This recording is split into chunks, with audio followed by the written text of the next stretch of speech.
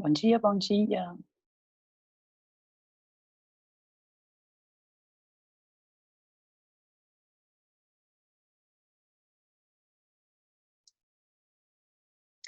E aí, pessoal, como é que vocês estão?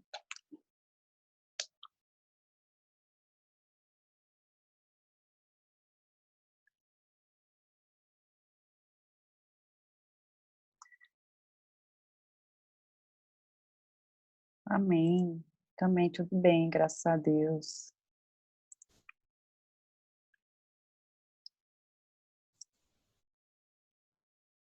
Thalita, o Francisco, a Andresa, a Ana Paula, o Yuri, Priscila, Yasmin, Scarlett, o Charles. É bom que o Charles já tem o T, ninguém confunde o nome dele com Charles, né? Já facilita pra gente. Giovanni, Douglas, a Bárbara Divina, a Júlia, a Raíssa, Marta, Andréia, Laiane, a outra Bárbara, todo mundo aí online, graças a Deus, para a gente finalizar sucessão legítima.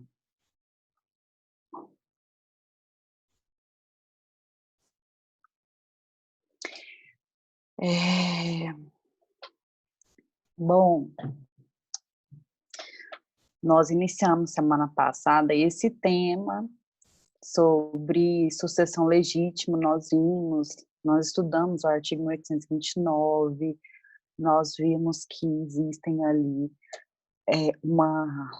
existem classes de herdeiros e uma ordem a ser obedecida de eleição à sucessão. Existe ali a ordem de sucessão, que deve ser legítima, a depender da classe. Nós vimos também o direito à concorrência do cônjuge com essas classes, no caso com a primeira e com a segunda classe, e o cônjuge a terceira classe, junto com o companheiro ou companheira, no momento da eleição aí da sucessão, para ver quem é que vai herdar. Tudo isso na falta de testamento, né, gente? Porque a gente sabe que quando existe um testamento, óbvio que o testador ele tem um limite para testar, ele não pode testar sobre todos os seus bens, ele precisa obedecer à legítima. O que é a legítima? A legítima é o patrimônio, é 50%, é metade do patrimônio, né? E lembrando que, dependendo do regime de bens, o herdeiro é meeiro, ou melhor, o cônjuge e o companheiro são meeiros.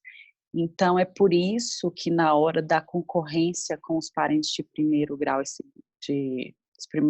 parentes de primeira classe e de segunda classe, é necessário se analisar qual é o regime de bens do companheiro na primeira classe, porque quando se chamam os descendentes para herdar, ali, o inciso 1 do 1829, nós vimos que o cônjuge, dependendo do seu regime de bens, e o companheiro, eles são concorrentes.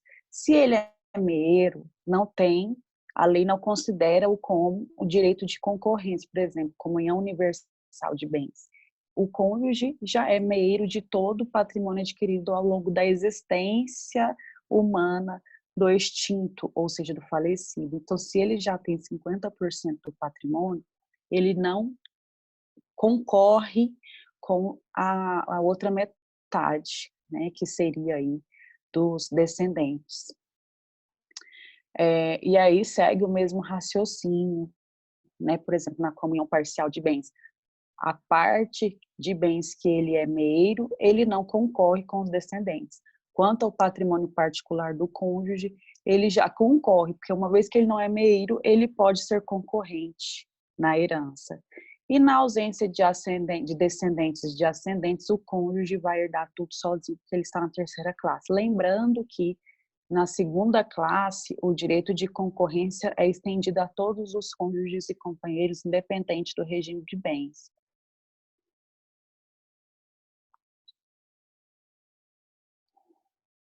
Deixa eu admitir o pessoal aqui.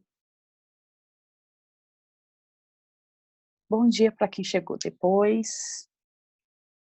Bom, o que mais que nós vimos semana passada? Só para a gente contextualizar aqui.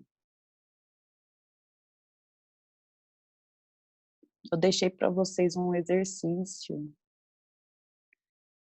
sobre aquela moça que tinha um seguro e aí ela morre no acidente.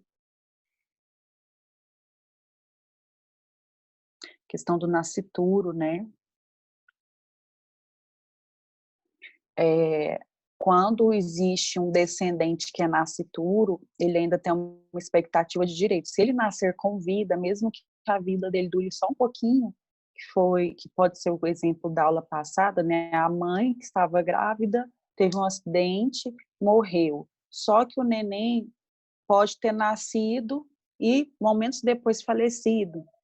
Se o neném nasceu com vida, ele já chama para si a eleição de ser a eleição da sucessão da herança, porque ele estava vivo no momento que a mãe dele faleceu, né? Então, os descendentes, como são a primeira classe, como são parte da primeira classe a suceder, a criança já é considerada herdeira. Então, essa mulher que sofreu um acidente de carro, se for constatada a vida da criança quando ela morreu, mesmo que a vida dure só um pouquinho, os pais dela, vivos, os pais da moça que morreu no acidente, eles não herdarão, porque existe uma classe de descendentes que veio aí à vida, que foi o nenenzinho que nasceu, né? Então, se o neném nascer com vida depois do acidente, ele faz parte da classe de descendentes, ele é o herdeiro. Aí, logo em seguida, o neném faleceu. Nesse momento, é necessário analisar quem o neném deixou de parente.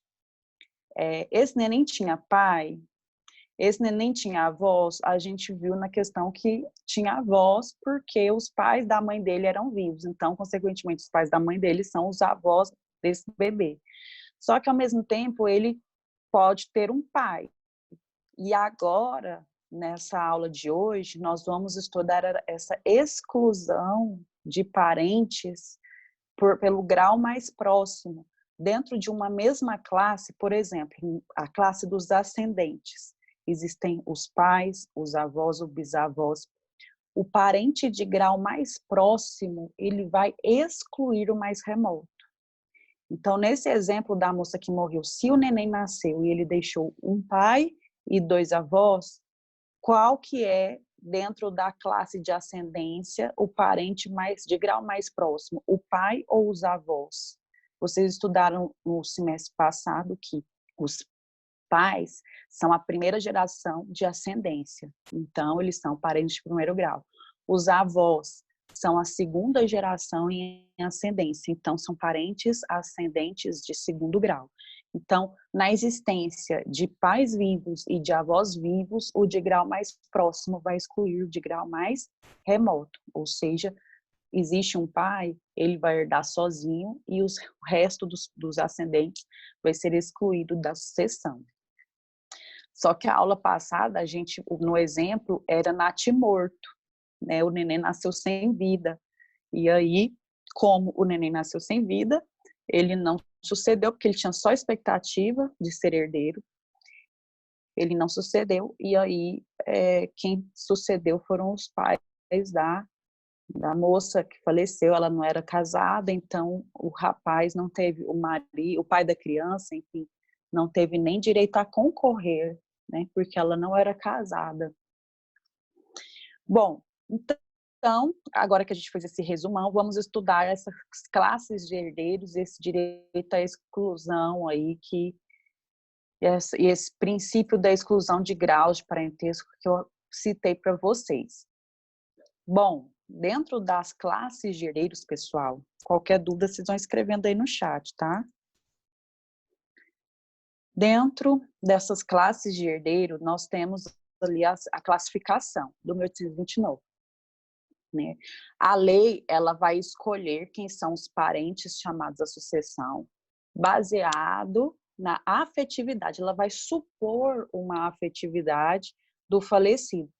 Por isso que a lei escolhe, em primeiro lugar, os descendentes, porque o legislador imaginou que o falecido tivesse mais afeto com os filhos do que com os pais, do que com os avós, mais afeto com os netos do que com os avós. É por isso que ele escolheu, que ele elegeu os parentes descendentes para ficarem ali na primeira classe de herdeiros, certo? E assim, depois os filhos também, depois dos descendentes, ele elegeu quem? Os ascendentes, para posteriormente eleger os cônjuges e os companheiros e, por fim, os colaterais, até o 4º grau, porque não existe colateral em 5º grau. O limite de parentesco na linha colateral vai até o 4º grau de parentesco, o que não acontece com o parentesco de linha reta. A contagem de graus é infinita. Enquanto houver parentes vivos, existem graus de parentesco na linha reta. Bom, os parentes mais próximos vão ser eleitos à sucessão e os herdeiros de grau mais próximo terão preferência aos de graus mais distantes, aos de graus mais remotos. Novamente, nós vamos recorrer ao artigo 1829. Então, são quantas as classes de herdeiros? 4. 4 classes. Descendentes, ascendentes, cônjuges e colaterais. Primeira classe, descendentes. Segunda classe, ascendentes. Terceira classe, cônjuges ou companheiros. E quarta classe, colaterais. São os incisos do artigo 1829, na mesma ordem que eles estão descritos. O inciso 1 fala da primeira classe, 2 da segunda ou 3 da terceira classe e o 4 da quarta classe, que vai ser eleita à sucessão. Somente se uma classe estiver vazia, a outra classe vai ser chamada a suceder. Ou seja, qual que é a primeira classe? Inciso 1 do 1829, descendentes. Apenas se não houver descendente nenhum, não houver filho, não houver neto, não houver bisneto, é que serão chamados os herdeiros da segunda classe, ou seja, os ascendentes. Só no caso de uma classe estar vazia é que os herdeiros da segunda classe serão chamados. Então, quando que o cônjuge ou o companheiro vão herdar tudo sozinhos? Quando a primeira e segunda classe estiverem vazias, ou seja, o extinto, o autor da herança, o falecido, de cujos não tiver deixado nem filhos, nem netos, nem bisnetos, nem pais, nem avós, nem bisavós, tá? Não existem herdeiros na linha reta. Então, chama-se a suceder os cônjuges ou os companheiros. Na ausência dessas 3 primeiras classes, que são também os herdeiros necessários, a lei elege os colaterais. Lembrando que os colaterais são herdeiros facultativos, então, se o testador deixar testamento, ele pode até excluir essa classe de herdeiros, porque como a própria lei os elege facultativos, eles não precisam suceder se essa não for a vontade do testador. Agora, os necessários, que são as 3 primeiras classes de herdeiros, para eles tem que ser reservada a legítima. Eles vão herdar de qualquer jeito. Nem que seja metade do patrimônio, que é considerada legítima, né? Por falar, gente, em sucessão de companheiro e de cônjuge, a aula passada eu disse para vocês que o direito das sucessões, ele foi muito preconceituoso em relação à sucessão do companheiro. Até porque o projeto de lei do Código Civil é da década de 70, né? Apesar do nosso Código Civil começar a ter vigência no Brasil em 2002, ele começou a ser construído num pré-projeto em 1973. Então, naquela época, gente, nem o divórcio, até o divórcio ele estava começando a ser permitido no Brasil. Então, quanto mais a lei vai dar algum direito, algum efeito jurídico para o companheiro. Antigamente, antes do Código de 2002, o companheiro ele era tido como concubino ainda. O concubino hoje é o amante. O concubino ele não tem amparo legal nenhum. O companheiro não. O companheiro já é conhecido, depois da Constituição Federal, como entidade familiar. Então, aqui no direito das sucessões, o legislador esqueceu que o companheiro faz parte da família também.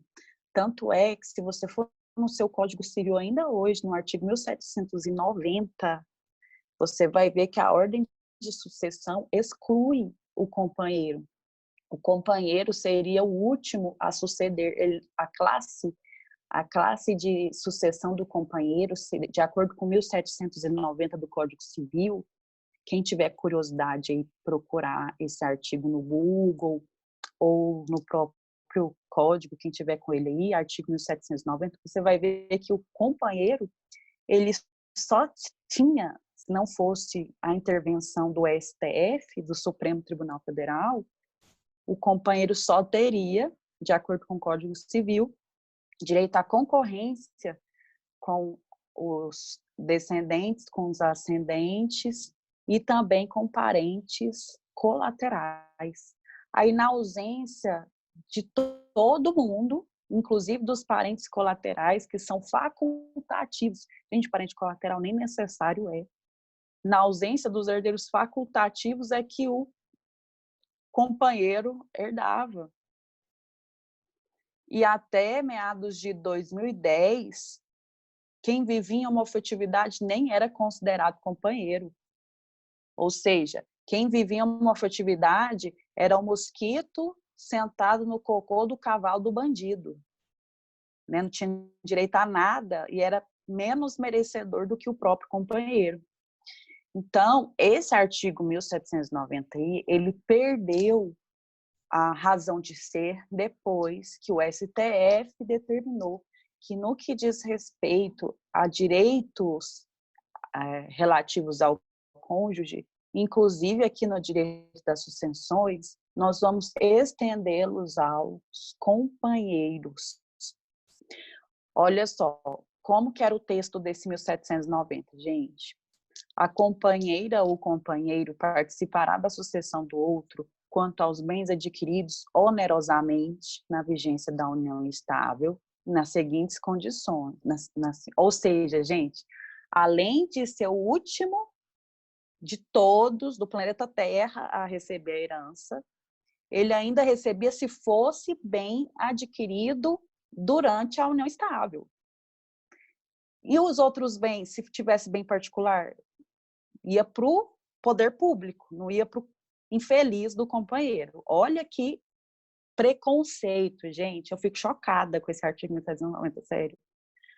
Aí vem inciso 1, em relação aos bens comuns, né? Se concorrer com filhos comuns, ou seja, do companheiro com o outro, com o falecido, terá direito a uma cota equivalente ao que por lei for atribuída ao filho. Viu? Direito de concorrência, ele não é classe aqui. Ele vai concorrer com os filhos na mesma cota que os filhos comuns forem legítimos. Inciso 2. Se concorrer com descendentes só do autor da herança, ou seja, os filhos eram só do falecido e não do companheiro ou da companheira, tocar-lhe-á a metade do que couber a cada um deles. Gente, eu estou falando de patrimônio comum, hein? Se concorrer com outros parentes sucessíveis, terá direito a 1/3 da herança. Olha aí, se concorrer com outros parentes, ou seja, todos os parentes sucessíveis existentes, ele vai concorrer. Até com um primo perdido, que ninguém sabe da existência, ele vai concorrer. Então, veio o STF, graças a Deus, através de um recurso extraordinário número 646.721. Deixa eu compartilhar aqui com vocês essa decisão do STF.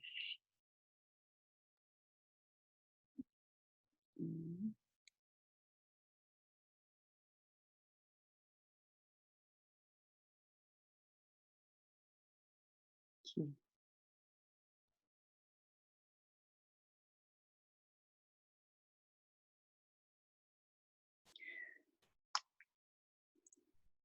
Olha aí. Tema de repercussão geral.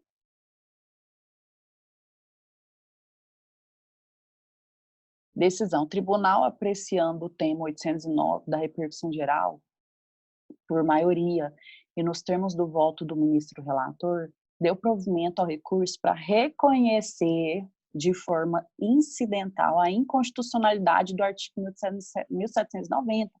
Então, veja bem, esse artigo que eu acabei de ler para vocês, gente, do Código Civil, ele teve reconhecida a sua inconstitucionalidade. Como assim? Ele está totalmente contrário à Constituição Federal. A Constituição Federal, no artigo 226, que trata a união estável como entidade familiar. Então, continuando.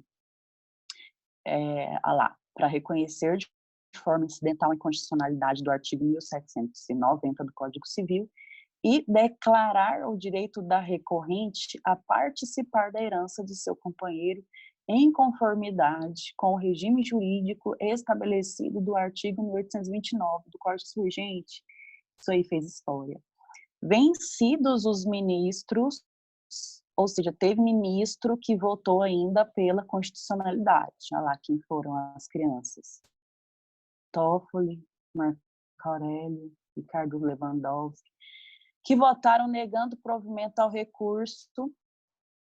Em seguida, o tribunal, vencido o ministro Marco Aurélio, em seguida, o tribunal, vencido o ministro Marco Aurélio, fixou tese nos seguintes termos: é inconstitucional a distinção de regimes sucessórios entre cônjuges e companheiros previstos no artigo 1790, devendo ser aplicado tanto nas hipóteses de casamento quanto nas de união estável o regime do 1829. Ausentes justificadamente os ministros Dias Toffoli e Celso Melo, que votaram em assentada anterior, e neste julgamento o Luiz Fux, que votou em assentada anterior, e o ministro Gilmar Mendes. Não votou o Alexandre de Moraes, o carequinho, sucessor do ministro Teori Zavascki, que votara em assentada anterior. Presidiu o julgamento a maravilhosa Carmen Lúcia. Bom, gente, tá aí, né, o julgado que declarou a inconstitucionalidade desse monstruoso artigo 1790 do Código Civil. Então, se você tiver com o seu código aí, você faz um círculo no 1790, puxa uma seta e escreve assim: foi declarada a inconstitucionalidade desse artigo.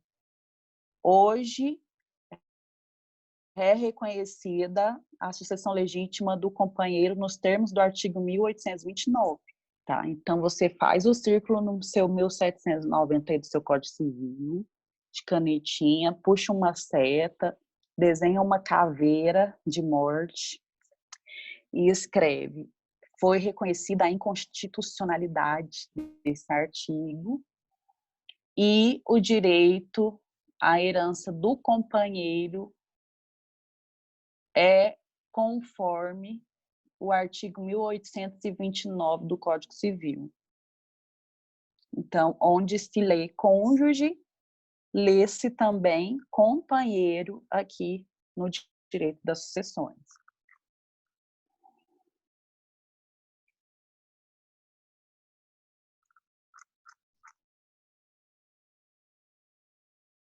E agora, gente, como que ficou a união homoafetiva?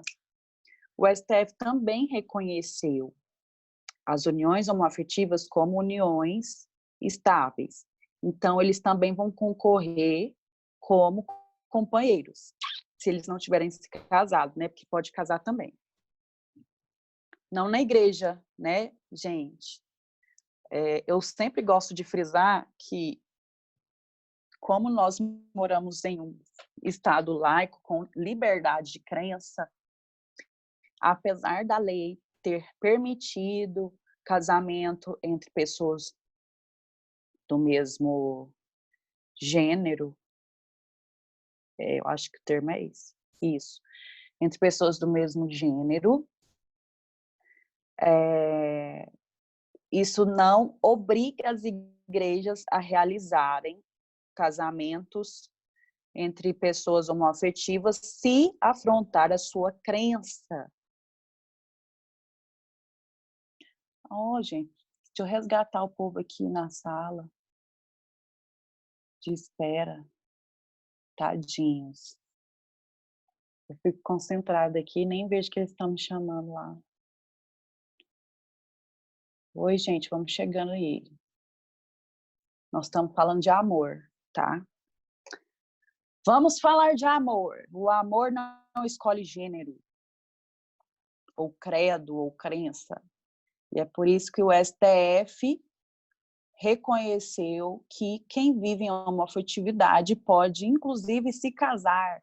Óbvio que as igrejas que não são confortáveis com esta situação, que ainda precisam converter, inclusive, desculpa, tô brincando. Enfim, cada um com a sua crença, né? Mas, enfim, elas não são obrigadas, né? Até porque todos nós temos liberdade de crença. Então, se a igreja, se a sua crença não permite esse tipo de casamento, a igreja não precisa realizá-lo. Mas, como a lei não pode excluir ninguém, como a lei não pode marginalizar as pessoas, o STF reconheceu esse direito aí dos companheiros homoafetivos terem reconhecido a sua união estável e, se quiserem, poder se casar, porque a própria Constituição Federal diz que o Estado tem que facilitar a conversão da união estável em casamento.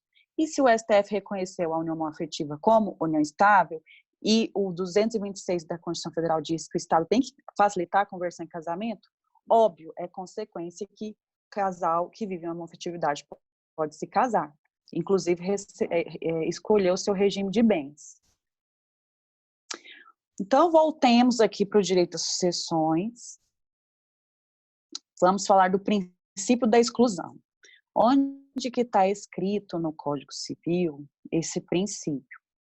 Artigo 1833, artigo 1836, parágrafo 1º, e 1840. Repetindo, princípio da exclusão, artigos 1833, 1836, parágrafo 1º, e 1840. Esses artigos aí, pessoal, eles falam do princípio da exclusão. O que fala esse artigo da exclusão? Ele fala que o parente de grau mais próximo dentro de uma mesma classe vai excluir o de grau mais remoto. Então, lá na primeira classe, nós temos quem? Os descendentes. Dentro de uma classe de descendentes, nós temos parentes de vários graus. Qual que é o primeiro grau da linha descendente? A primeira geração que descende do falecido, filhos. Quais são os descendentes? Mesma classe, hein? Não vou sair da classe, estou na classe de descendentes. Qual que é o segundo grau de parentesco de ascendentes? Isso, Beatriz, os netos, que é a segunda geração que nasce do falecido. Qual que é o terceiro grau dentro da mesma classe? Bisnetos, porque é a terceira geração. Os graus são os números de gerações. Então, na linha reta, que é a linha de parentesco de ascendentes e descendentes. Quando eu falo de descendentes, eu falo das gerações.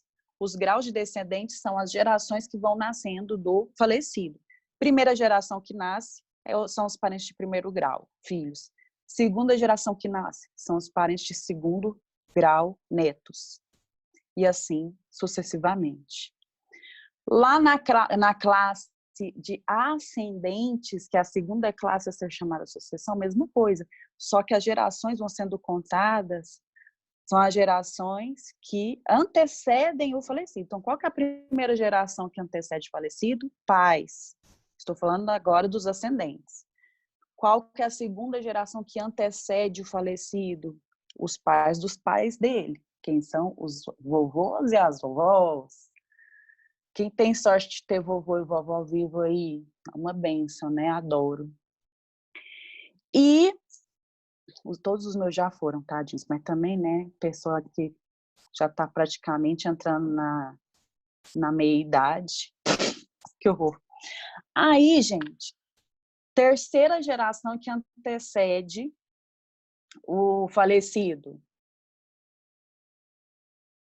Pais, avós, bisavós. Aí depois vem os tataravós e aí os graus vão sendo contados de acordo com os parentes vivos, tá? Então, aí entra o princípio da exclusão, gente. O princípio da exclusão diz que dentro de uma mesma classe, se houverem vários parentes de graus diferentes, os de grau mais próximo vão excluir os de grau mais remoto no momento da sucessão. Ou seja, se tiver dentre a primeira classe, que são os descendentes, filhos e netos, os filhos vão herdar tudo. E todos os outros parentes da mesma classe serão excluídos. Óbvio que as outras classes de sucessão já foram excluídas, né? Porque a gente sabe que só sucede a segunda classe se a primeira estiver vazia, e a terceira classe de herdeiros só são chamados à sucessão se a primeira e a segunda classe estiverem vazias. Mas quando a classe é chamada a suceder e existirem vários parentes de graus diferentes, os de grau mais próximo vão excluir da sucessão os de grau mais remoto. Os filhos recebem tudo e os netos não recebem nada. Se não tiver descendente, os pais recebem tudo, os avós não recebem nada, e assim vai. Esse é o princípio da exclusão. Existe também, tem que ser feita também uma análise quanto às linhas de parentesco.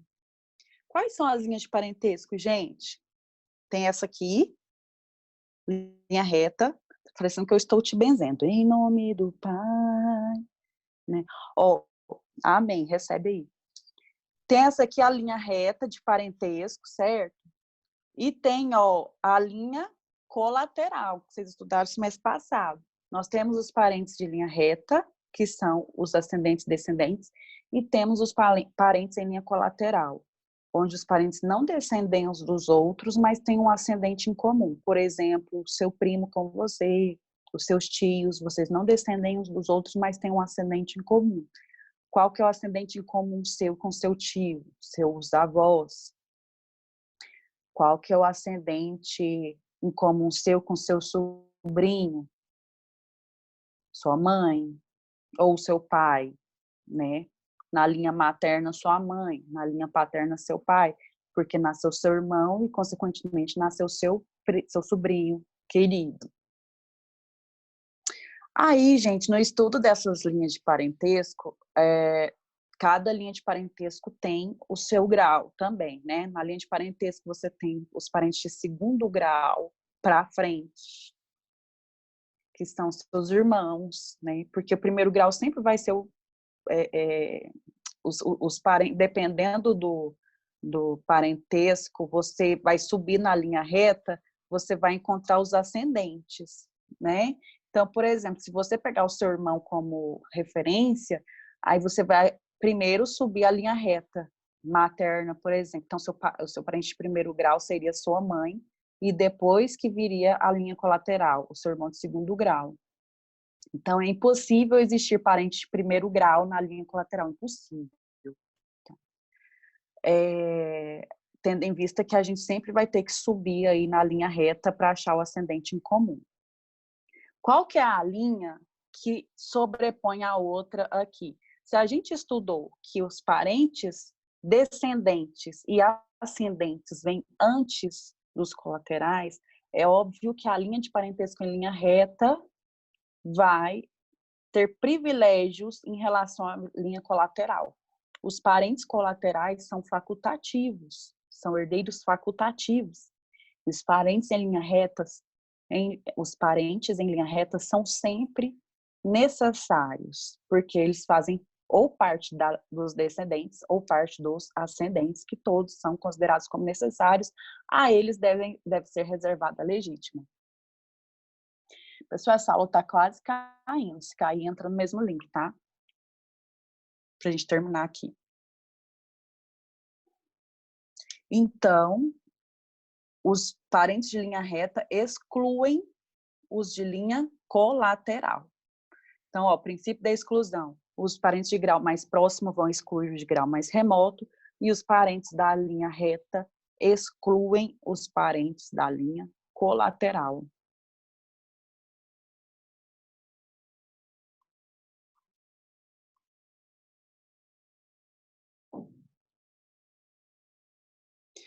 Agora eu quero transmitir aqui para vocês um exemplo. Então, já temos, falta 10 segundos para acabar a aula, eu vou encerrar essa para a gente continuar a outra.